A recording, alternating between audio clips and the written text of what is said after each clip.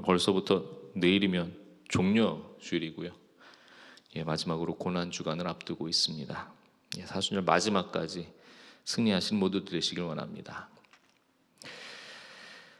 저희가 제자들 시리즈를 지난 며칠간 진행을 했어요.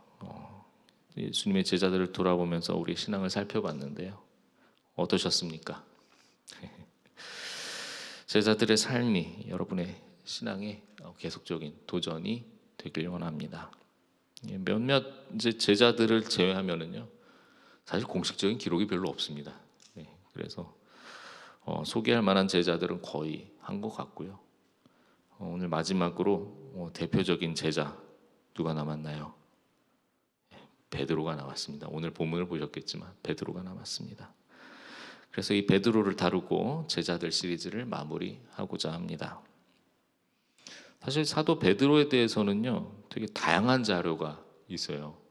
아무래도 가톨릭 교회에서는 초대 교황으로 알려져 있잖아요. 그래서 뭐 여기저기 공식적이든지 전승적이든지 하여튼 다양하게 남은 것 같습니다. 개신교에서는 물론 가톨릭처럼 이렇게 막 베드로를 중요하게 여기지는 않습니다. 그래서 지금 보이는, 그래도 저희가 보는 이 말씀에 그려진 이 베드로를 보면 그래도 가장 으뜸되는 제자로 표현하고 있지 않습니까?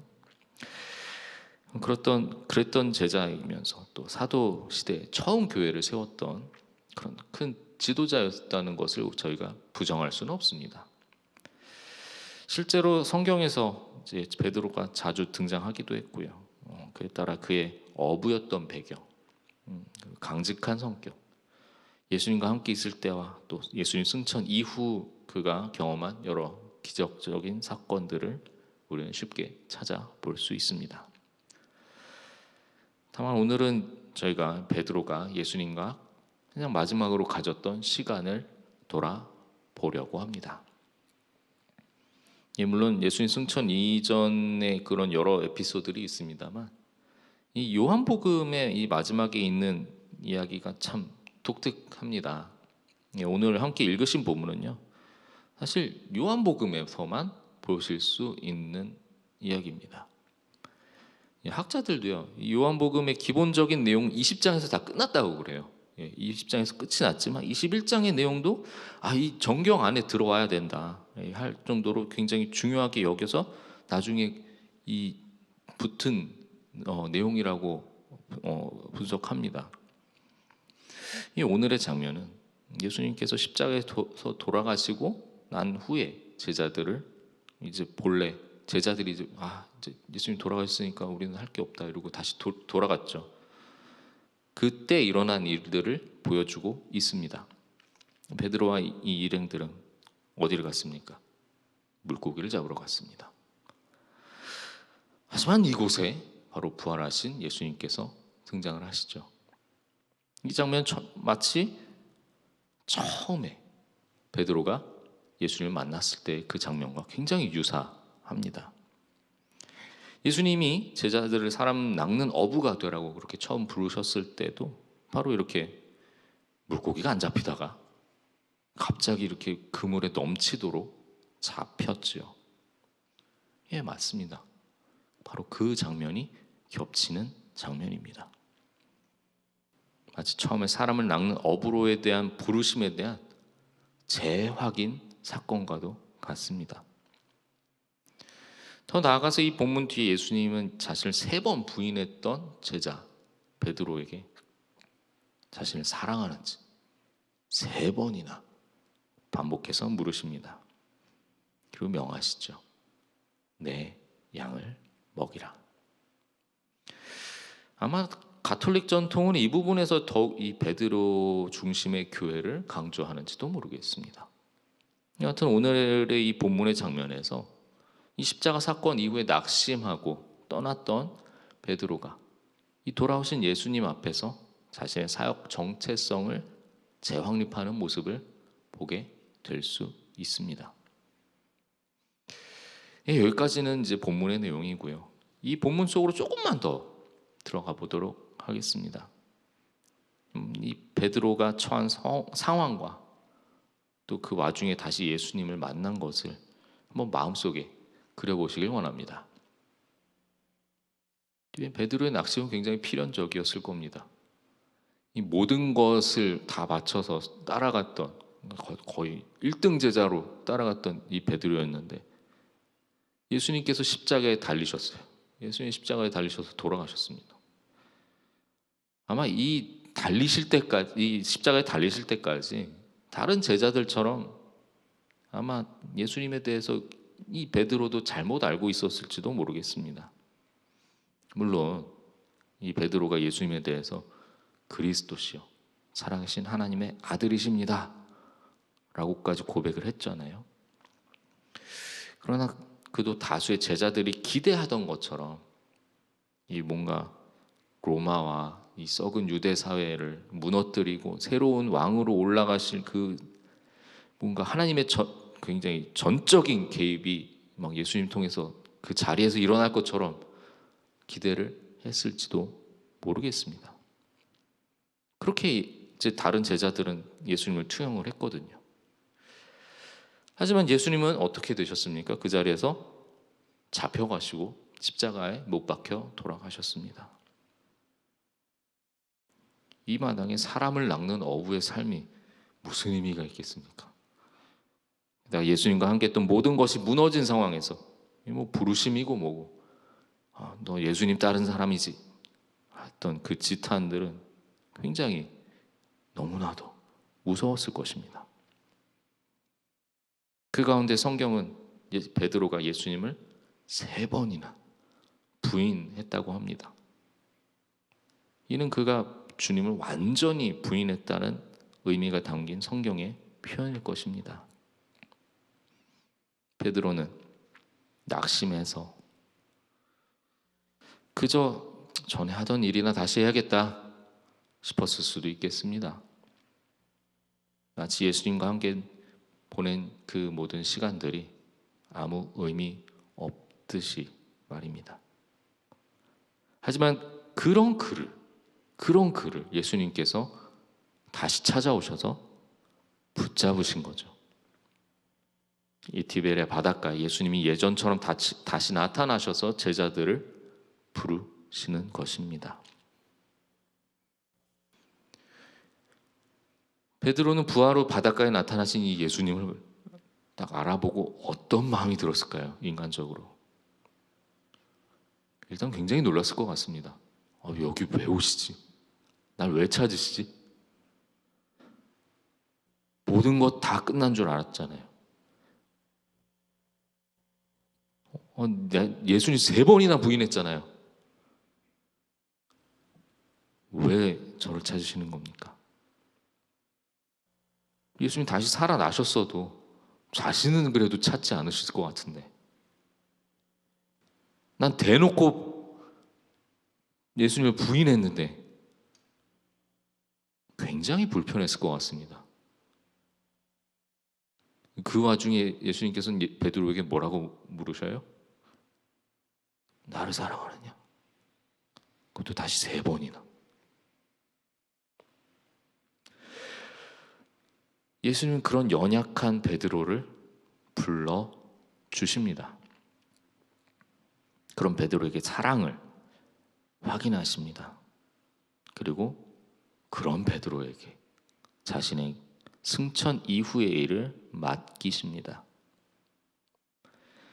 용서하기 어려운 존재를 다시 불러주시고 또 신뢰받을 수 없는 존재를 든든하게 해 주십니다. 오늘도 또 제가 그림을 가지고 왔지요.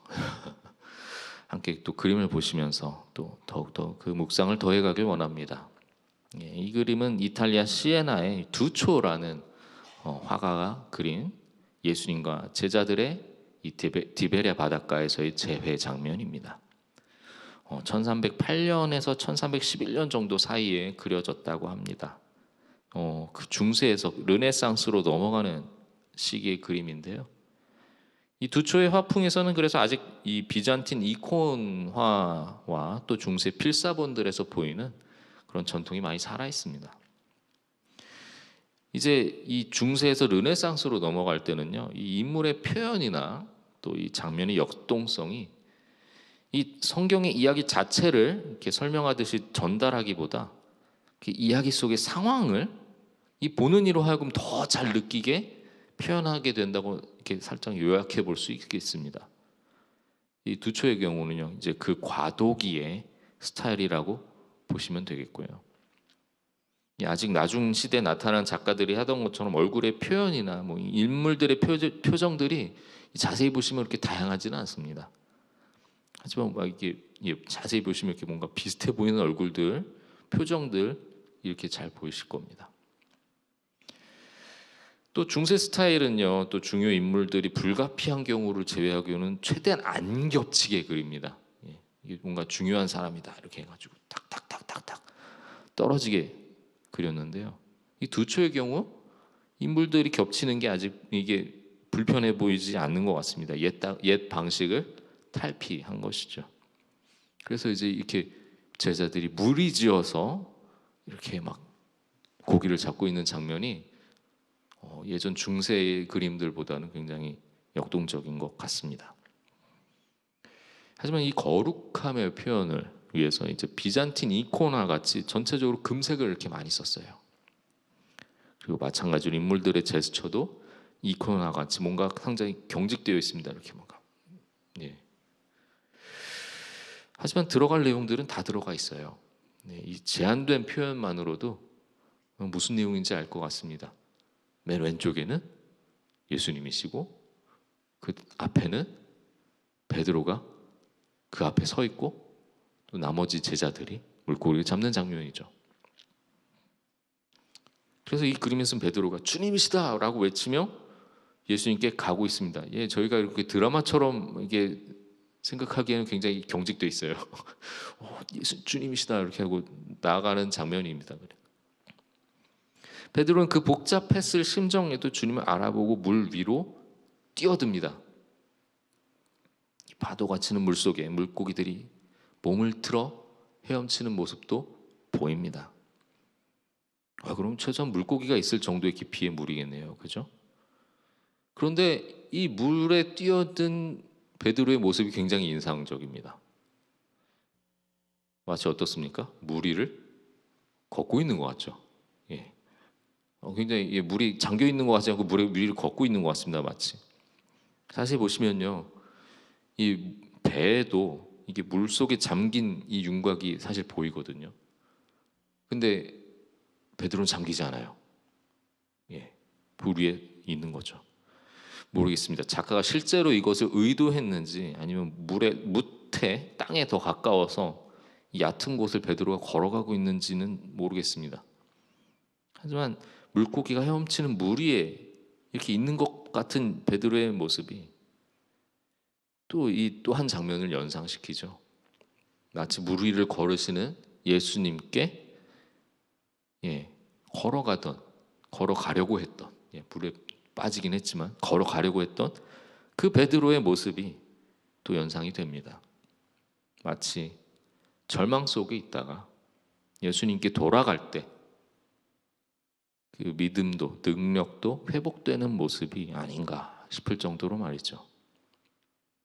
네, 제가 말씀드린 대로 이 정확한 해석은 잘 모르겠습니다.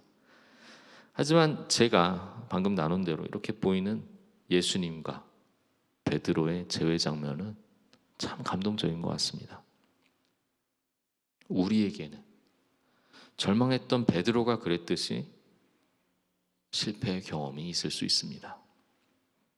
우리의 몸이, 우리의 생각이 바라던 대로 주님이 기뻐하시는 삶을 살아내지 못할 수도 있습니다. 때로는 환경이, 때로는 관계 때문에, 때로는 스스로의 한계에 이 답답한 상황이 계속될 수도 있습니다. 심한 경우에는 절망의 자리에, 허망의 자리에 주저앉기도 합니다. 하지만 예수님을 만났던 기억만으로는, 그 경험의 흔적만으로는, 혹은 먼 발치에서 그렇게 주님을 바라봤던 것 자체만으로는 아무것도 해결할 수 없습니다. 그렇습니다. 우리는 스스로 아무것도 할 수 없음을 고백합니다. 우리는 다시 부활하신 예수님이 불러주시는 그 자리로 나아가야만 합니다. 부활의 예수님은 실패했던 우리를 찾아오셔서 만나기를 원하십니다. 실패의 자리에서 회복되어서 새 일을 이루시기를 원합니다. 저 멀리서 우리를 부르시는 예수님을 알아보고 베드로처럼 주님이시다 외치고 돌아가야 합니다. 그렇게 예수님께 돌아가 새롭게 사명을 되찾는 우리 모두 되기를 축복합니다. 이렇게 마지막으로 베드로의 여정까지 마무리 지으면서 예수님과의 만남이 베드로에게 어떤 심오한 변화를 가져왔는지 짚어보길 원합니다. 간단히 그냥 업으로 시작해서 초기 교회의 중추로 성장한 이야기죠. 이 변화의 정점은 부활하신 예수님과의 다시 만남, 그리고 그 가운데서 베드로의 신앙과 사명이 다시 확립되는 그런 순간입니다. 그것은 단순히 베드로만의 이야기가 아니라 모든 신앙인들이 공유하는 바로 용서와 부름의 진정한 의미를 깨닫게 하는 그런 자리죠. 베드로의 경험은 우리에게 깊은 울림을 줍니다. 실패나 넘어짐이 우리 인생을 정의하지 않습니다. 중요한 건 어떻게 그 은혜를 받아들이고 예수님의 부르심에 새롭게 응답하는가, 그 용기를 발휘하는지입니다. 예수님이 베드로를 다시 일으켜 세우시고 그에게 중요한 임무를 다시 맡기신 것처럼 우리도 우리 삶에서 새로운 시작을 할 수 있습니다. 이사순절, 베드로의 이야기가 우리 자신의 이야기와 어떻게 연결되는지를 이제 각자가 생각해 보시길 원합니다. 우리의 실패를 결말로 보지 않고 하나님의 은혜가 우리 안에서 어떻게 멋진 변화를 일으킬 수 있는지의 기회로 보길 원합니다. 우리 모두 그리스도의 부름에 용기 있게 응답하시고 또 그 사랑을 이 세상에 전파하는 그런 베드로와 같은 삶을 사시길 주님의 이름으로 축원합니다. 아멘.